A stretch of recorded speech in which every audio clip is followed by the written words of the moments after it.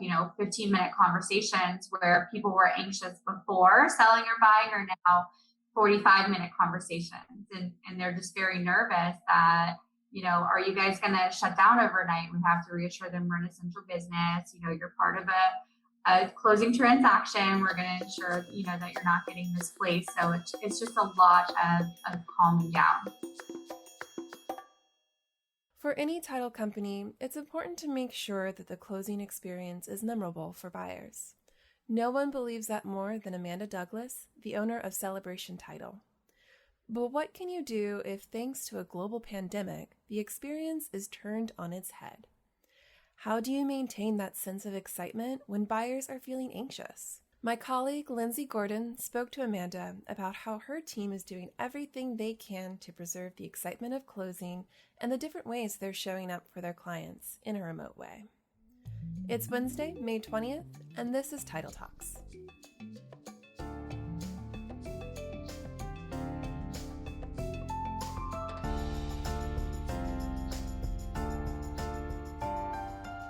So we wanted to invite Amanda to talk to us a little bit about some of the strategies that they employ at their company, some of the things that you can do to stay in touch with realtors, as well as maintaining relevancy and kind of staying in front of your audiences, which I think you guys can talk really well to. So Amanda, do you want to tell us a little bit about your experience in title?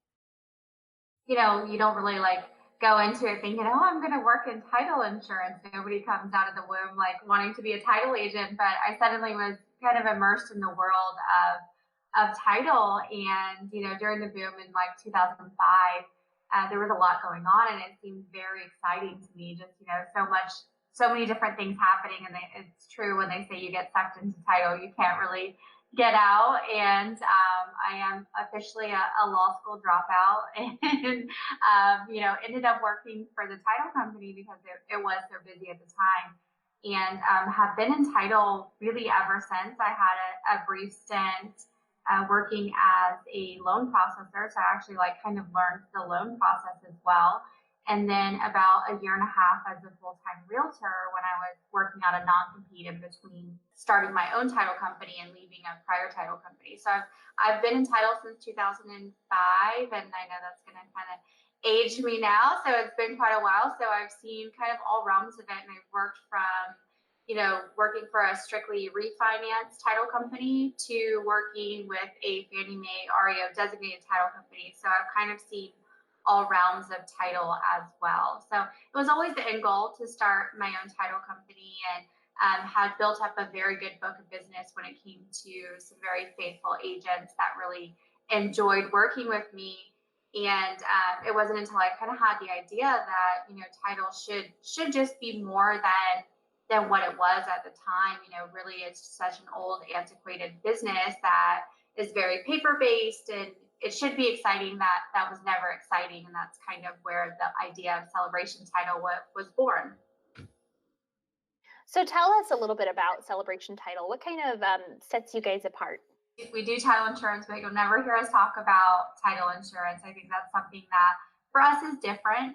We're really very much, from the client perspective, is we have what we call our celebration experience. So we really focus on the client experience. We make it a huge deal for them, more than just, customer service is really just an expectation anymore. You should have customer service. And I think a lot of title companies really miss the mark in getting repeat business or getting business from the buyer side of a transaction, just because they don't really perfect that client experience, because we really are at the end of the day a service industry. And so we thought, what better way? I mean, there's so many special moments in a person's life, buying a home and having a baby and, getting married, all of these things that are captured so well, except for buying a house. So, what better way to do it than the people that are at the closing table, putting the bow on it and kind of sending it out the door. And at the end of the day, that'll get us more referrals and, more engagement with the realtors, especially on the buy side, because that's really kind of how I grew the business when it was just me and one other person in the office. So, I had to really engage with that buy side of the transaction. So Celebration Title was kind of born from the experience being a celebration. So we shoot off confetti cannons at closing. We do a ton of fun videos with the clients. and they just have a great experience from start to finish. And we've really kind of perfected the process per se. But then also on the client side, when it comes to the realtor, we do know that ultimately they're our referral source. And so we want to educate them on a lot of things that they may not know. And for me, I've always said that sales and marketing are two different things. So most realtors are out all day selling, and they have very little time to market and and even learn the things they want to do. They're very creative and entrepreneurial at heart, but they don't have the tools for the partner to help them implement it. So we really wanted to be that person to kind of take that load off. So I'm big on education. So we're constantly doing education classes, which are all virtual now as well, on marketing and branding and Instagram, TikTok, we have farming classes, productivity classes, everything you could possibly want as a brand new agent, been in it for a couple of years, or even a very seasoned agent who is just now embracing technology. So we have it kind of set up all across the board. So I would say that we're not like a one size fits all. We definitely are very unique in that we really want to figure out who our clients are, what their goals are, and how we can help implement these systems. We have a full marketing department in our office. If this is all they do is come up with ideas, which is very unusual for title. So we've kind of like mimicked, real estate in a sense, and going to a lot of the real estate conventions and finding out what they want to know, what realtors are learning, whether it be YouTube and like, hey, how do we come up with a class? How do we help agents stay on track and implement the things that they're learning? So that's really and it's like free marketing for us, and it builds a relationship, because it is ultimately the relationship business. For you guys, like what has changed? Just tell me a little bit about what has changed since the pandemic, and a lot of people are not doing business in the way that they used to. Like, what are some of the things you guys are trying to accommodate for? A big thing for us is our culture. So with us, working from home, we have about 85% of our team are home.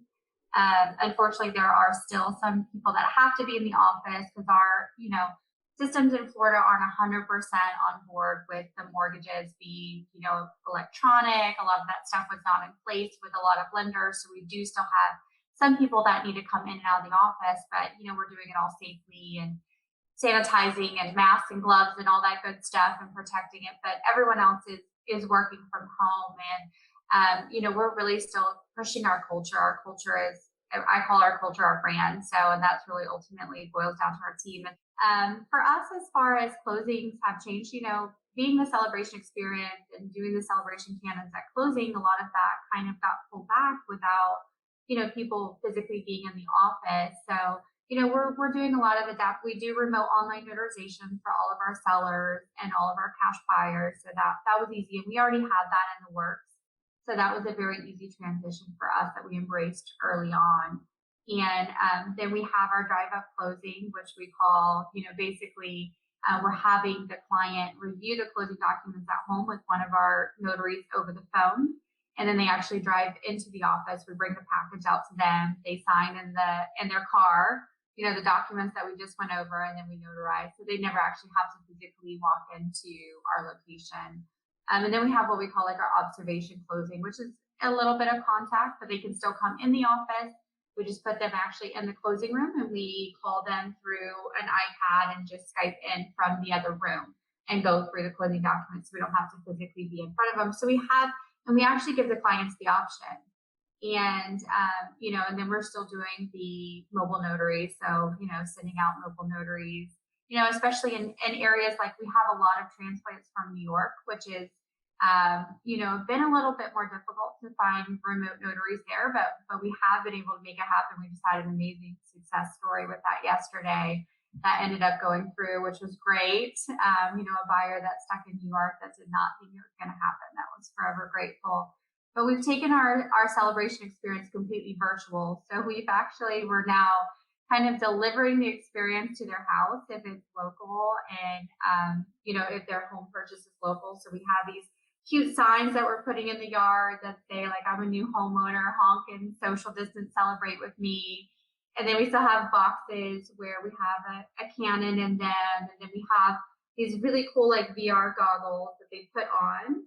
And there's like a QR scan code, and they actually get a video of the inside of our office and then a mock celebration closing.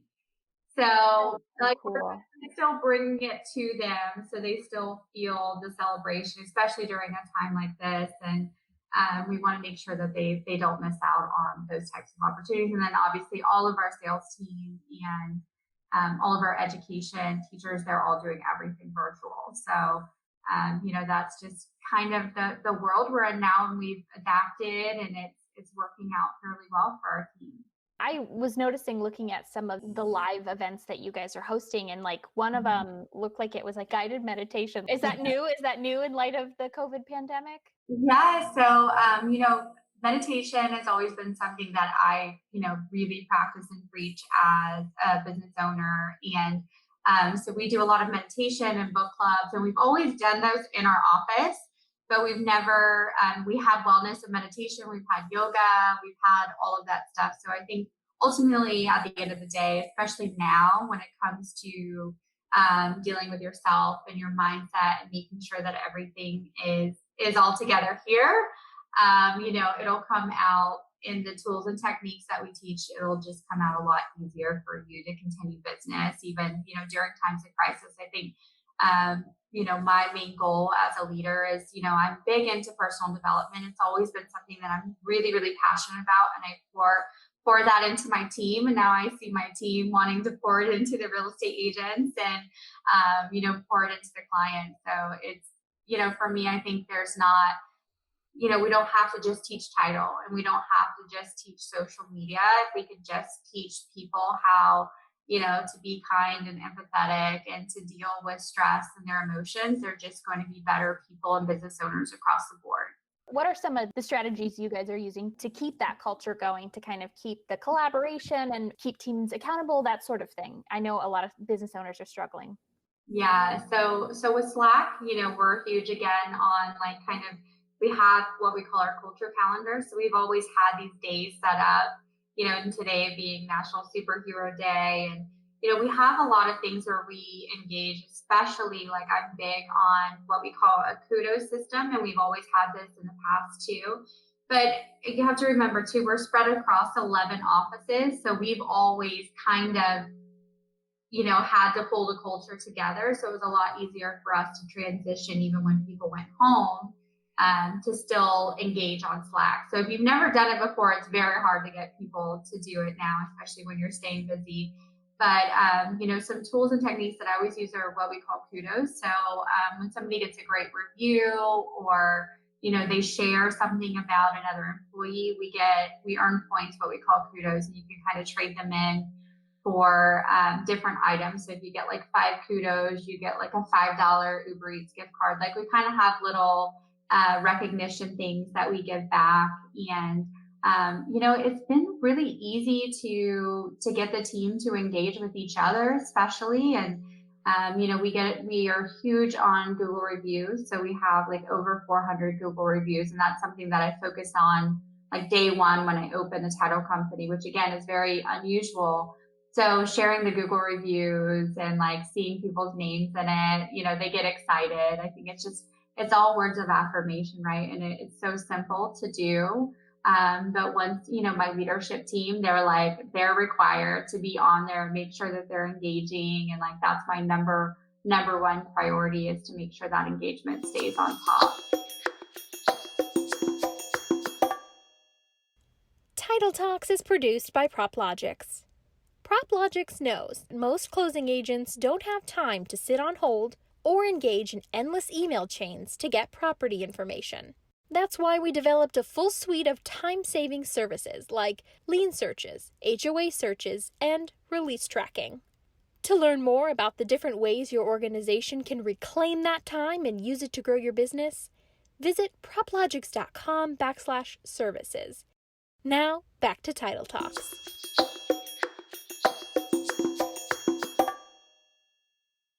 What are some of the things that you guys have been able to do and show up for buyers and sellers that has kind of kept things going during this time? Yeah. So, I mean, we have a lot of very particular specific requests, whether it be, somebody as elderly, especially with the elderly ones. And it's like, how do we make it as easy as possible for them and to reassure them that, our offices are clean, they're sanitary. We actually had one of our employees recently go out to an elderly woman's home and did the closing like literally just through the front door like window. She like passed the papers in and she's just talking to her through the window. So we kind of let them lead us with like, here we have four very different scenarios that you can do a closing, but if there's anything we can tweak or anything we can do differently, just let us know. We're asking up front from the very beginning, do you foresee any possibility that you're going to be in a different state or like in a just in limbo that you feel like you're going to be stuck. Our biggest one right now is international business. So starting even in celebration, a majority of our business are international sellers, so we're trying to really kind of alleviate that up front as much as possible, especially for those countries that we're still in lockdown a couple of weeks ago. Like how did we kind of overcome and make sure that they were able to get to a notary in time.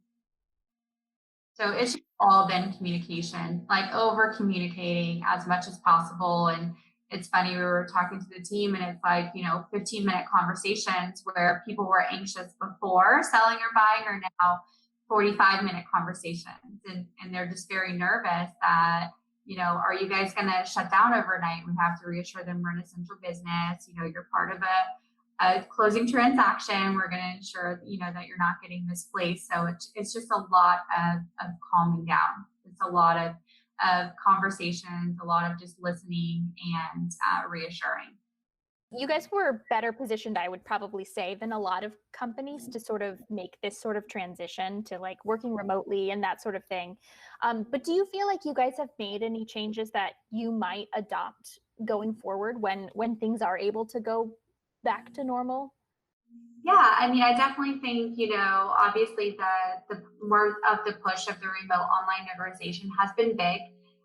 So that'll be something that'll 100% stay in place. And it is especially helpful, with some of the elderly and ones that, would have to travel quite some time to get to one of our offices. So that's something that'll definitely stay in place.